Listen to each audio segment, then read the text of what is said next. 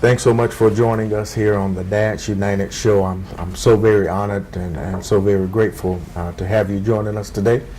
I have with me a very special guest, and I'll introduce her in just a second. But what we've seen in the national headlines are many celebrities and many of us, regular everyday folks who go to family court, and we deal with some real issues, and we're dealing with legal issues such as child custody issues or visitation issues. And so there's a lot of bickering back and forth. And so today what we want to do is we want to kind of dispel some of those rumors and dispel some of those myths about family court and about family law. And I'm so honored to have our guest here today, and I'll introduce her in just a moment. I first want to thank R&R Tax Service for the lending of this beautiful space and this beautiful studio that we're in today. But let me introduce our guest today. Her name is Diane Jones, and she comes with a plethora of a wealth of experience. 25 years practicing law. She is the founder of the Jones McVeigh Law Firm with offices in Charlotte, North Carolina and Dallas, Texas, where she does general litigation practice, civil and criminal litigation, which includes state and federal criminal law and family law, participates in pretrial motions, discovery, jury, and bench trials, mitigation, and settlement negotiations. She was a county judge for the county of Dallas, Texas, in the family violence court. She successfully proceeded over hundreds of jury and bench trials, assisted United States Attorney, assistant federal public defender, assistant district attorney. She has a doctorate in religion from Jacksonville Theological Seminary. She has a Juris Doctrine, that's a new one for me, from SMU Deedman School of Law. She has a bachelor's of accounting from the University of Austin. She has a license in the Texas State Bar and the United States Supreme Court. She has awards: the J.L. Turner Legal Association Distinguished Jurors Award, the SMU Deedman School of Law Distinguished Alumni, and the 2006 Aspen Institute Rodnell Fellowships of Public Leadership recipient. Please welcome my guest, Ms. Diane Jones. Thanks so much for being here. Well, I'm happy to be here. Man, thank you for inviting me. Such great accomplishments, and I'll give everybody the information, and I'm so happy that you're here. I'm honored that you're here.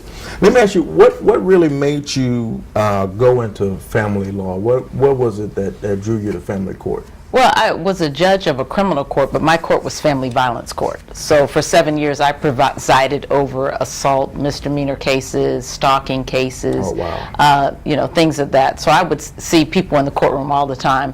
And a lot of those cases would also flow in from family court. Oh, wow. Sometimes people would create situations in the criminal courts trying to get an advantage in the family law courts. Oh. Or the family law courts, they're fighting so much that they start hitting each other and end up in the criminal court. So it could go either way. But sometimes they're fabricated and with the intention of, oh, I'll get an advantage in the family court by getting this conviction over in the criminal court. Oh, so wow. you could start seeing through that. So when I got off the bench, I'd been practicing 17 years. And people just started asking me to help them with their family law cases, and so I just began taking those cases and trying to help everybody I could, my clients through the process. Wow, wow. So people would hit each other trying to create acts of violence and thinking that it's going to help their case. So with that being said, let's go into our first segment. Let's talk about some of the different myths that come with family court. Let's talk about these perceptions that a lot of dads have and mothers have when going into family court. If there's a couple who is just separating, whether by marriage or their relationship has come to an end and now they have this child or children, and they're thinking about going into this legal process, what's the first step you would advise them to do? Well, I would advise them. I've had the benefit of practicing family law in North Carolina and in Texas. North Carolina is extremely different from the state of Texas. In North Carolina, you cannot get a divorce until you've literally been legally separated for a year. Oh, wow. So they require you to separate for a year before they'll grant a divorce. Oh. And in Texas, you can be divorced in 90 days. If you have lived in this, actually 60 days from the time you file the divorce and time the person files an answer, 60 days from there. But what I would tell them is what people need to do is they really need to, my clients ask me sometimes, I said, can't you guys work this out? Because one of the greatest ways to lose wealth, first of all, is to be married over and over. Yeah. Every time you get a divorce, you're dividing up that wealth. True. And every time you create a family and you have 2 and 3 different families, you're sending child support in 2 and 3 different directions. Absolutely. So let me ask you this. Okay, with North Carolina, and I'm sure there's other states who require a year of separation before they can divorce. Do you see a benefit either way? I mean, not here to argue that law, but like somebody who's getting ready to divorce, do you see a benefit for that year of separation, or do you think it's case by case? I don't know if there's really a benefit. I think that's a fundamental basis. I don't know if it's a religious basis or where that comes from in the state of North Carolina. But what it does is, in North Carolina, nobody wants to leave the house because you don't want to walk away from your house and lose your part of the equity in the house or whatever. So you have to get what's called a legal separation agreement, where they actually outline who's going to live in the house, and that person's still saying, I still have an interest in this house. Even though I'm moving out, I still want my part of the equity in the house. Correct. So it causes people to outline the different things, and it's almost like a waiting period to make sure this is what people really want to do. Because I'm sure you've heard of people who get divorced in 90 days and make a quick decision, and next thing you know, they're back together. Yeah, absolutely. So I think that's probably the basis for which that some states create that delay. To try to force people to think about it, to cool down, and to say, is this really what I want? And to help them transition into moving on. It probably also, I would think, just from my experience with dealing with clients, settle down the level of fighting. Absolutely. Because people are hurt. You go through stages of grief, and you can't bypass those stages of grief. If you're just getting a divorce and you're upset and you're angry, people are more likely to want to fight over the dog and the children, and they want to fight over every single thing. But I think a year later, they're probably less apt to fight over some of the little things that are no longer important. Absolutely. And they've had a chance to get some healing and get a little distance from the case, so they're more practical. Absolutely. I've heard the saying, which is so true, never make a big decision when you're tired. Yeah. And that's tired physically, that's tired emotionally, that's tired mentally. Don't make big decisions when you're tired, because it's not going to be the same result probably when you get rest. And 9 times out of 10, it's really not. Yeah. So that I do understand that. It gives you a chance to step away, to recalibrate yourself, to think it all the way out, think yourself through, and think through the process. Yeah. So a lot of fathers, when they get ready to go into family court, they have this myth that the mother is going to, look more favorable in the eyes of the judge, in the eyes of the court. How can a father look more favorable in the eyes of the court? Is there something he can do, or is that? Well, I think the issue is, first of all, the statute, and this is across the country, is what's in the best interest of the child. Absolutely. Okay, that's the language. Now, they do look at factors of, is the child closer to one parent than the other?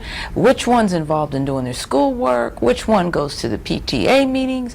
Which one's, working with the child? So those issues are looked at. So the way a father looks more favorable is being actively involved in their child's life before the divorce. Actively involved. Yes. I'm so glad you said that. Please, go ahead. Yeah, but actively involved. I mean, I've seen numerous men who end up with the custody of their children because they're looking at issues. Is the other person on drugs? What else is going on that's creating this situation to begin with? I just recently represented a client he went and got his child. The mother got into some trouble. She's sitting in jail. He goes and gets his child. He's raising his daughter. That's what he's supposed to do. He's done everything right.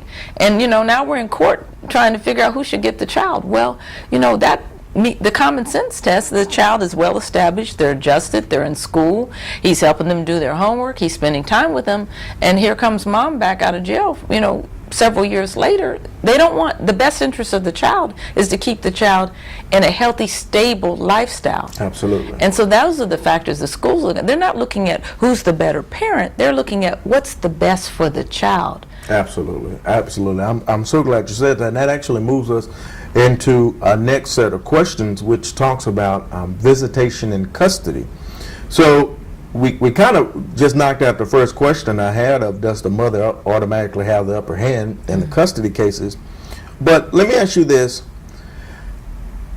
What age does a child legally have input on custody and visitation? Okay, and that's a myth in Texas. It used to be 12 and up. But in 2011, the legislature changed the law and basically said that there is no stage in which a child chooses where they live. They can always give input. You can file a motion for the court to interview the child. A lot of times the courts won't. Sometimes they do social studies. They'll study each house and interview the agency that's doing the social study will interview the children and find out what they want or what they're interested in. But ultimately, the court's going to decide what's in the best interest of the child. Because sometimes what children want is not necessarily what they need. In other words, they in my case, where I have this father who's a disciplinarian, he's raising her child, she's in one of the best school districts, she's doing really well, mom wants the child back. Mom's got this boyfriend who's got a suspect record, stuff like that. Absolutely. And, so yeah, maybe the child wants to go live with mom. Mom's more fun. Yeah. Mom takes me here, mom does that. That doesn't necessarily mean that's in their best interest. So the courts will consider that, but they still may not make a decision that the child thinks is in their best interest. Absolutely. I'm so glad you said that, because that's gonna help somebody, because maybe your child is fighting for going with the fun parent or going with another parent. I mean, legally, you just heard it. There is no age that the child can give that consent. However, 9 times out of 10, the court is going to look at the situation in its totality. So, don't fear just because your child is really boisterous about, I want to go live with my dad, or I want to go live with my mom, that's automatically going to happen. What I'd like to say, though, is like when I'm getting ready for a temporary hearing to determine who the child should go with, because usually those temporary hearings make the decision of what's going to happen all the way. Once that ruling's made and the child's been with the father or the mother for 6 months, a lot of times it doesn't get changed. Okay. When I do that, I'm always asking the client, okay, bring me copies of the kids' homework, bring me copies of pictures of the events and activities that you do with your child.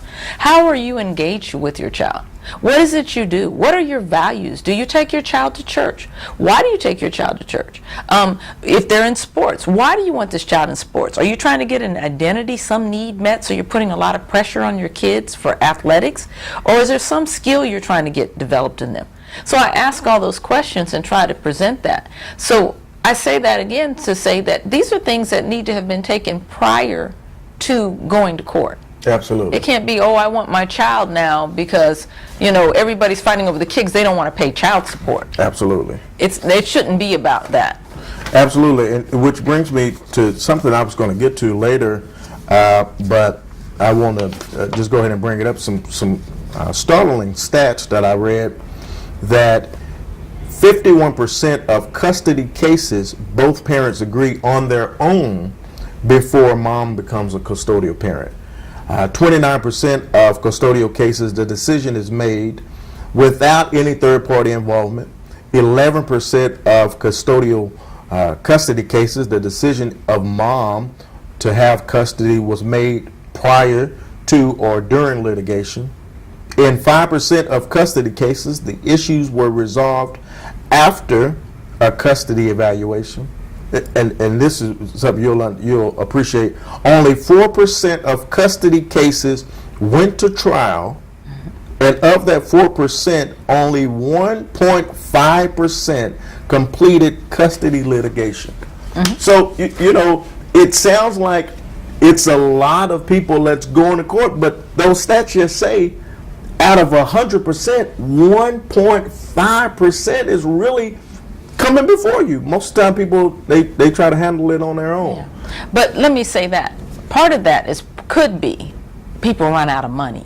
You know, because this could be custody issues could be very expensive. Okay. When I was in North Carolina, divorces were going up to $25,000 a year. I mean, per case. Oh, wow. Yeah, because you start getting into these custody battles, you got to do social studies, you're going into temporary hearings, you have all these different little proceedings.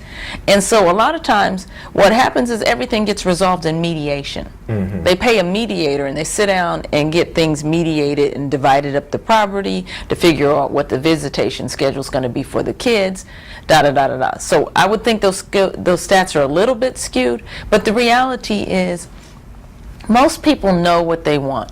Sure. You know, in the process of trying to get a divorce or separation, you know, they want to see their kids, they want to spend time with their kids.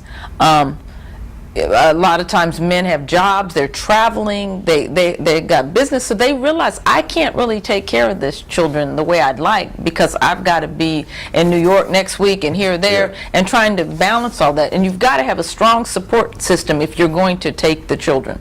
You got to have somebody, when you got to be at work, somebody still got to pick up the kids. Absolutely. And I often wonder how anybody does it because the kids are getting out of school in the middle of the day, like 3 o'clock. Absolutely. I mean, there's just different things that makes it almost virtually impossible for two people together in a household to successfully accomplish. You still need extra people to help the process. Absolutely. It can be real tough. And I got some more stats that I want to run across you in just a few moments, but that's so true what you said.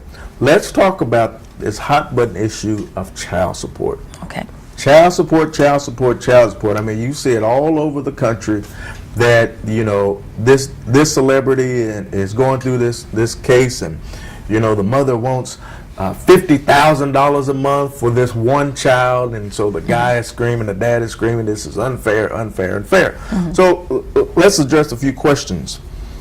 Okay, guy says, I changed jobs, but I'm still paying child support based on my old salary. How can I get that changed? What a person needs to do is file a motion to modify their support. Okay. In other words, if their income has changed, if they lost a job, in Texas it basically says that there's been a substantial change in income, increase or decrease. If a certain percentage, I think it's 20% or an additional $100, it can be reduced or added. And I can't think of the other one right now, but basically you have to go to court. And unless you go to court, that money, that, you know, let's say your child support was $800 a month. Now it should only be $600 or $500 a month. It's still going through the child support agency at $800 a month. And you have to go to court and to try to get it reduced. And they'll look at that and it can be reduced. Now sometimes they'll look at to see if people are intentionally being underemployed. In other words, you know, oftentimes it happens nowadays. You could be in a good corporate executive job, and then next thing you know, you can't, that job doesn't exist anymore. So you have to go to a different income. So they'll recalculate, recalculate it, and fix that and make the adjustment. But you have to go to court to make that happen. Okay, so there's a couple who's watching us, and they just broke up. Okay. And she has him, she hadn't went to court, she don't have him on any kind of formal child support payments. He's giving the child something every month. What would you advise to that dad so that if she ever takes him to court? I mean, is it good to keep records?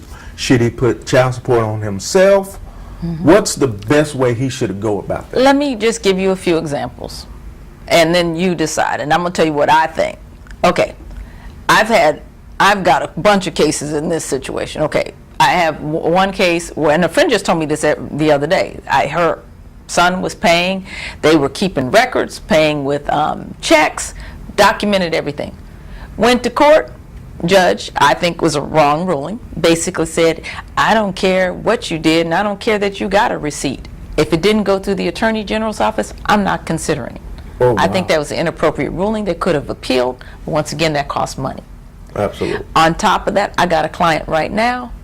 He owes $200,000 retroactive child support because he was paying the wife sometimes, didn't pay her other times. Got a new wife, just had a new baby.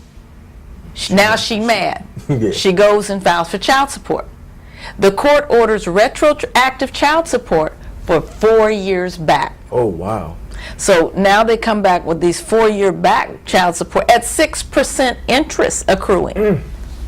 So we're trying to deal with that now because those numbers are somewhat wrong. But if I would recommend, my personal recommendation is to put yourself on child support, because you take the risk of somebody getting mad later, claiming they didn't get the support, getting in front of a judge that even if you have every receipt in the book, they don't consider it, or something of that nature. So the best way to protect yourself is to pay now, because if you don't pay now, you pay later. And the other thing is child support. They will take it out of your Social Security check. Oh, wow. You don't get off child support. You can't discharge it in bankruptcy.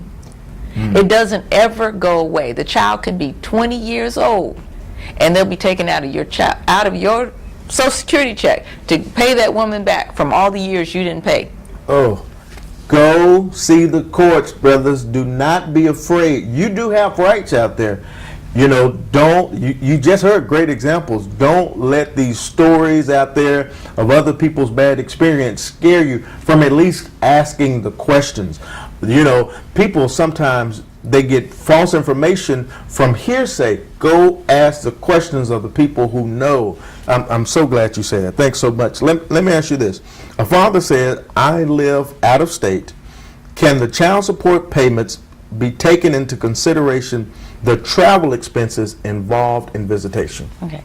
Now we're having this conversation, to be clear. I'm not giving any legal advice, so I want to give you that disclaimer, and I don't know what state you're in. All states are different. But most of the time, travel expenses cannot be considered. Okay. Okay. A lot of times the court orders say that you're responsible for getting the child there, so you might put them on the plane, and the mother is responsible for getting them home. She might have to drive them back or put them on the plane.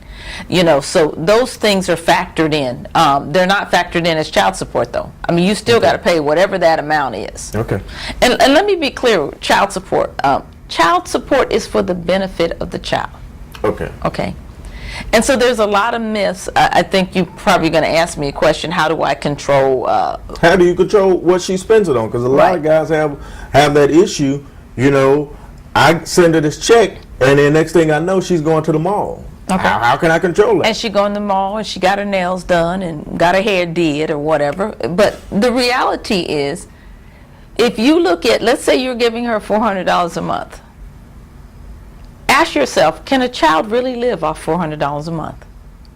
So when you start looking at what's being spent with the money, the reality is whatever you're giving her, it's still probably not enough to feed your child every day, every night, put clothes on them, put shoes on their feet, get their hair done, or, you know, get their hair cut, all the things that come with that. Because once you write that check, you don't have any other responsibilities. It doesn't pay for that football game, that extra football game that they want to be on, or the team or the uniform. All those things add up. And when you put pencil to paper, with both of you contributing to the child, because even though you may be giving $400, she's giving money to this child too. She's not completely just living off your money. In some cases, I have represented some professional football players, babies' mamas. Then that's a little different. But even that is based on the needs of the child, and they actually itemize. You know, in the cases I've handled in the state I've been in, they itemize the needs of the child. And in those cases, sometimes that included the car or the $1,100 apartment that they were living in before we went to court. Yeah. And, you know, those kind of things. But, you know, nobody's getting $50,000 a year for the child. They're getting what the child needs, and it does not include the mother. Now she gets to live off this money too. Now she may try to, and she may accomplish that, but the court's only looking at what's needed for the child, and in comparison to what this athlete is making, and they're making millions. So yeah, maybe what's needed for the child is private school. Absolutely. You know, if she was in private school before they broke up, or that kind of stuff. Absolutely. So, whatever state you're in, make sure you go and do your research. Don't just assume. Yes. Go do your research. Ask the proper questions. Yeah, and in fact, what you're saying is, even if you don't have the money to hire an attorney to represent you, it is worth it to go hire an attorney to get a free consult. Most people don't do free consultation in family law, but paying that $150, $200, whatever it is, to sit down with an attorney for an hour and to find out what he's talking about, those very issues. Have that conversation so that you don't walk into the myth of this is all going to work out, because that's a myth. And there's a myth that I don't have to do anything, or a myth that, oh, I'll just ignore this and put this sheet of paper over here. There's a certain time frame in which you file an answer to the service of, like, oh, you get these papers, you got to respond in a certain time frame, or they get a default judgment against you. And a lot of times those judgments, like that $200,000 judgment I'm talking about, end up being totally inaccurate, not substantiated on real income, but somebody just came up with those numbers. Wow. That's so sad. Let me ask you this. Here's a hot button question. Okay. Here's your question being answered. Does the mother have a right to refuse visitation if I am behind or not paying child support? No, she does not. And that's wrong. I think that's one of the worst things that people do in the system, is they withhold the child, because that's not in the child's best interest not to have access to the father and have a relationship with the father just because they're not paying child support. Because the father provides an identity to their children. And I think that any woman that does that, it's a huge disservice. And it happens all the time. People are angry or whatever they've got going on, and they're using the child through the process. But unfortunately, if you're not paying child support and you're behind, usually you don't have the money to take her to court either. And they know that. But what I tell my clients to do, if they want to file what's called a contempt motion, holding this person in contempt, saying that they're not letting me see the child, I tell them to document everything. You know, send her email. I'm picking JoJo or whatever your child's name at 6 o'clock on Sunday, according to the order. I'll be there. Go to the door. Some states you call the police, say I showed up at the door. Will you give me say you came with me and she wasn't here? Document it, because you can't hold somebody in contempt if you can't prove you didn't go. Because see, what happens, people get discouraged and they just don't show up, and they say I haven't seen my kids in 6 months. But when you go to court, we don't have anything to prove that you ever even knocked on the door to get the child, that you really made any effort to get them. So you take a witness, you take somebody with you to establish that. And in some cases, I've had to create orders where they meet at the McDonald's and everybody buy a ticket, and it has a time on it. So my client can say, I was there at 10 minutes till 6. Here's the ticket. She never showed up because she's supposed to have a ticket too.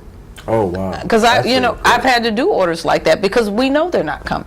That's very creative, and that's so good. Thank you so much. We really kind of took care of my next question about, can a custodial parent, can they be governed as to how they spend the money? There's a internet hoax, I think, going around of this there's a child support card, to where it's supposed to be to where the parent can only spend on so much or certain things, but that's a hoax. Pretty sure that's a hoax. I mean, as you just said, there's no real way to, legitimately govern how I spend the money that you send me. I mean, if you send it, I could spend it on school books. I could spend it on school lunch money. There's no real way. So go do the research. Do the research. I want to read a few stats that I found pretty interesting as we prepare to close. According to a study, when fathers and children live separately, 22% of fathers see their child more than once a week. 22% of separated fathers see their child more than once a week. And that goes into back what you were saying about custody. I mean, that's alarming numbers. 29% of fathers see their children 1 to 4 times a month. The most disturbing thing is that 27% of fathers have no contact with their children at all. And that's sad, and it's heartbreaking, because what it does is it has a huge impact on the children. These children are growing up fatherless in this country. Yeah. And when you don't have, there's a lot of wounds associated with that. And a lot of times these kids don't understand that they don't see their father, maybe not because the father doesn't want to see them, but because their mother is withholding them, or there's some other circumstances going on. So it makes it very difficult. Yeah, and so as we prepare to close, I want to again thank Ms. Diane Jones. You can find her at www.jonesmcveigh.com. Her office number is 214-559-8803, and she's located right here in Dallas, Texas, 4303 North Central Expressway, Dallas, Texas, 75205. We'll put all that information on the screen there. I just want to encourage my dads out there, listen, no matter what amount that you're paying in child support, man, child support is not you. Child support is a terrible representation of you. Child support doesn't comfort the child at night. Child support doesn't tell them how proud you are of them. Child support doesn't give them that hug on a bad day. Child support basically keeps the lights on and maybe buys a pair of shoes, and that's it. In the next 6 months, they're going to outgrow those shoes, outgrow those clothes, outgrow that tuition, because they're going to the next semester. But child support is not you. Never be fooled to thinking that the child support you send is you. Also, my dads, maybe you're still there, and you say, I provide for the house, I go to work every day. That's still not you. Those children, that child needs you, Dad. They need more of you. If your dad wasn't a talker, they need you to talk more. You need to try to talk more. We're not asking you to be perfect. We're just asking you to be trying, at least willing to try. If your father was not there emotionally, try to be there emotionally for those kids. They need you, man. I want to say thank you to all my dads out there who strive every day to be a great dad, who jump off of planes and go to soccer games, who get off of work after working a graveyard shift, and you should be sleeping, but you're going to lunch with your kids. I want to thank you for what you do, who make it, try to make it your best to every basketball game, every recital, every spelling bee. You try to make it to the PTA meetings. I want to thank you for what you do, man. I want to encourage you, keep it up.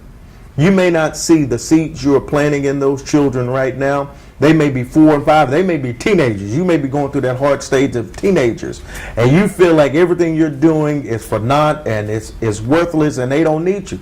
That's a myth. We're here to bust that myth, debunk it. They need you. They need you now more than they ever needed you. You are valuable. You are valuable. You have place in their lives, man. They may not come back and say thank you until they're adults, until they have kids, but hang in there, Dad. It's worth it, man. Thank you for what you do. Thanks again to R&R Tax and Bookkeeping Services, the founders, Certified Tax Accountant Jerome Rogers, located at 2201 Main Street, Suite 785, right here in Dallas, Texas. You can reach them at R&R, that's the letter R, the word and, rnrtax.com. They handle mobile services, individual taxes, business taxes, bookkeeping, quarterly taxes, notoriety tax, notoriety services, and public tax. And I want to thank my great camera and sound crew, my production crew.